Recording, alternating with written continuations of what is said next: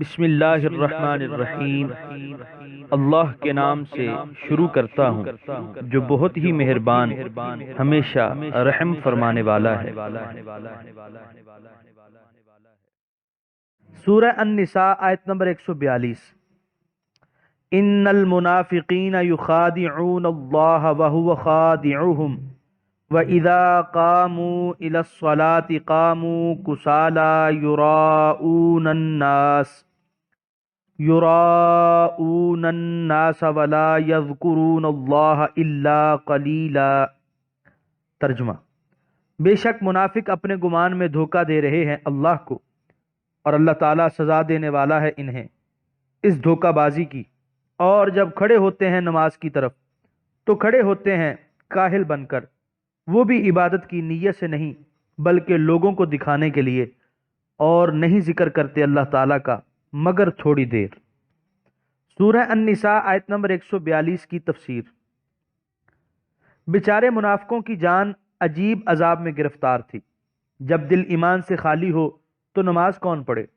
لیکن انہیں مجبوری یہ تھی کہ اسلام کا یہ ظاہری لباس جو انہوں نے پہن رکھا تھا، اگر وہ نماز نہیں ادا کرتے اور جماعت میں شریک نہیں ہوتے تو تار تار ہوتا ہے اور ان کا نفاق بالکل عیاں ہو جاتا ہے، اس لیے انہیں بدل نخواستہ جماعت میں شریک ہونا پڑتا تھا، اور اس میں بھی للہیت کی بو تک نہ تھی، بس لوگوں کو بتانے کے لیے کہ وہ مسلمان ہیں۔ انہوں نے یہ سوانگ رچا رکھا تھا، اور وہ جذب و کیف اور ذوق و شوق جو مسلمانوں کو یاد الہی میں نصیب تھا، ان کو تو اس کی ہوا تک بھی نہ لگی تھی۔ امام نے سلام پھیرا اور یہ جوتیاں ہاتھ میں لیے مسجد سے بھاگے۔ معلوم ہوا نماز سے فارغ ہو کر ذکر الہی میں مشغول رہنا، کلمہ شریف و درود شریف پڑھنا، تلاوت قرآن مجید کرنا، یہ وہ چیزیں تھیں جو مسلمانوں کو منافقوں سے ممتاز کرتی تھیں۔ ہمارے ہاں چشم بد دور اب ایسوں کی کمی نہیں جو نماز کے بعد کلمہ یا درود شریف پڑھنے والوں پر بدعتی ہونے کا الزام لگانے میں کسی نرمی کے روادار نہیں۔ اللہ سمجھ دے۔ سورہ النساء آیت نمبر 143۔ مذبذبین بین ذالک لا الہ ہؤلاء ولا الہ ہؤلاء ومن یضلل اللہ فلن تجد لہ سبیلا۔ ترجمہ: ڈاواں ڈول ہو رہے ہیں کفر و ایمان کے درمیان، نہ ادھر کے اور نہ ادھر کے، اور جس کو گمراہ کر دے اللہ تعالی تو ہرگز نہ پائے گا تو اس کے لیے ہدایت کا راستہ۔ سورہ النساء آیت نمبر 143 کے پہلے حصے کی تفسیر۔ یعنی نہ زمرہ مومنین میں اور نہ گروہ کفار میں، کہیں کے بھی نہیں۔ سورہ النساء آیت نمبر 143 کے بقیہ حصے کی تفسیر۔ اور جس کو گمراہ کر دے اللہ تعالی تو ہرگز نہ پائے گا تو اس کے لیے ہدایت کا راستہ۔ وَمَن یُضْلِل کا یہی معنی ہے کہ جب انہوں نے ہدایت کو جان بوجھ کر چھوڑ دیا، ایک بار نہیں بلکہ بار بار، اور کفر و ضلالت کی راہ اپنے لیے منتخب کر لی، تو سنت الہی کے مطابق ایجاد ضلالت کر دی گئی۔ سورہ النساء آیت نمبر 144۔ یا ایہا الذین آمنوا لا تتخذوا الکافرین اولیاء من دون المؤمنین اتریدون ان تجعلوا للہ علیکم سلطانا مبینا۔ ترجمہ: اے ایمان والو، نہ بناؤ کافروں کو اپنا دوست مسلمانوں کو چھوڑ کر۔ کیا تم ارادہ کرتے ہو کہ بنا دو اللہ تعالیٰ کے لیے اپنے خلاف واضح دلیل؟ سورہ النساء آیت نمبر 144 کے پہلے حصے کی تفسیر۔ اولیاء ولی کی جمع ہے۔ ولی کا معنی ہے دوست، ہمراز، مددگار۔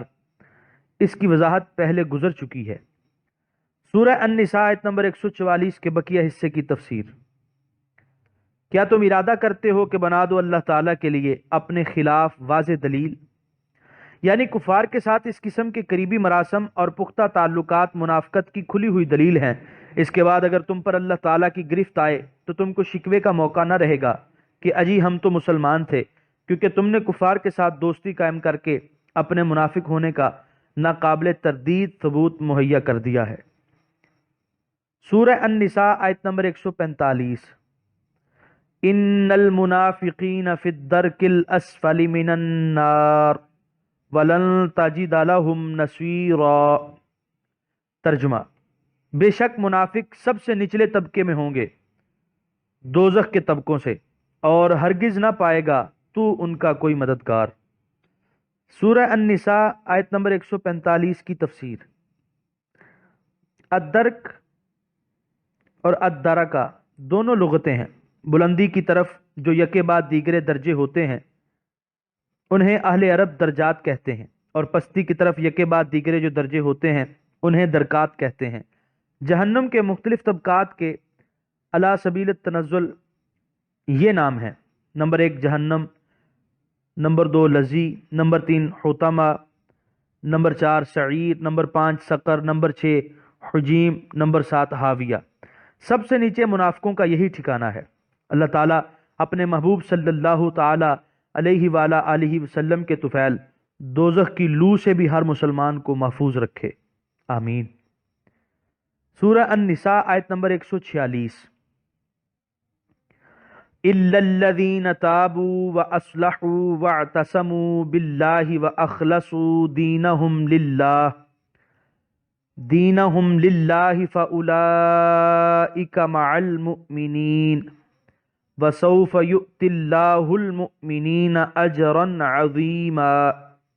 ترجمہ: مگر وہ لوگ جنہوں نے توبہ کی اور اپنی اصلاح کر لی اور مضبوطی سے پکڑ لیا اللہ کا دامن رحمت اور خالص کر لیا اپنا دین اللہ کے لیے، تو یہ لوگ ایمان والوں کے ساتھ ہیں، اور عطا فرمائے گا اللہ تعالیٰ مومنوں کو اجر عظیم۔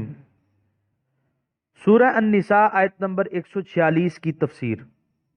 سبحان اللہ، کیا ٹھکانہ ہے اس کے عفو درگزر کا، کیا حد ہے اس کے جود و کرم کی۔ منافقین نے انتہا کر دی اللہ کے حبیب کو اذیت پہنچانے، شمع اسلام کو بجھانے، کفر کو غالب و منصور کرنے اور مسلمانوں کو صفحہ ہستی سے نیست و نبود کرنے میں، اور اس طرح اپنے ہاتھوں اپنی زندگی کے افق کو تیرہ اتار کر دیا۔ اس کے باوجود کریم و رحیم خدا محمد رحمت للعالمین صلی اللہ علیہ وآلہ وسلم کا خدا انہیں بتا رہا ہے کہ دیکھو، ادھر دیکھو، توبہ کا دروازہ کھلا ہے، سچے دل سے تائب ہو جاؤ، معاف کر دیے جائیں گے تمہارے گناہ، اور تمہیں ابو بکر و عمر اور حمزہ و علی کی معیت و سنگت نصیب ہوگی۔ لا الہ الا اللہ محمد الرسول اللہ صلی اللہ علیہ وآلہ وسلم واقعی اسلام کا خدا رب العالمین ہے اور اس کا پیغمبر رحمت للعالمین ہے، اور یہ دین انسانیت ہے۔ سورہ النساء آیت نمبر 147۔ ما یفعل اللہ بعذابکم ان شکرتم وآمنتم وکان اللہ شاکرا علیما۔ ترجمہ: کیا کرے گا اللہ تعالیٰ تمہیں عذاب دے کر اگر تم شکر کرنے لگو اور ایمان لے آؤ، اور اللہ تعالیٰ بڑا قدردان ہے، سب کچھ جاننے والا ہے۔ سورہ النساء آیت نمبر 147 کی تفسیر۔ اگر تم راہ راست اختیار کر لو اور ضلالت و گمراہی سے باز آ جاؤ تو اللہ کو کیا پڑی ہے کہ تمہیں خام خواہ عذاب دیتا رہے۔ وہ ایسا نہیں بلکہ وہ شاکر ہے۔ جو بندہ حسن نیت سے نیک عمل کرتا ہے وہ اپنے غایت کرم سے اسے قبول فرماتا ہے، اس سے کچھ مخفی نہیں، وہ سب کچھ جاننے والا ہے۔ الحمدللہ، یہاں پر 5واں پارہ مکمل ہوا۔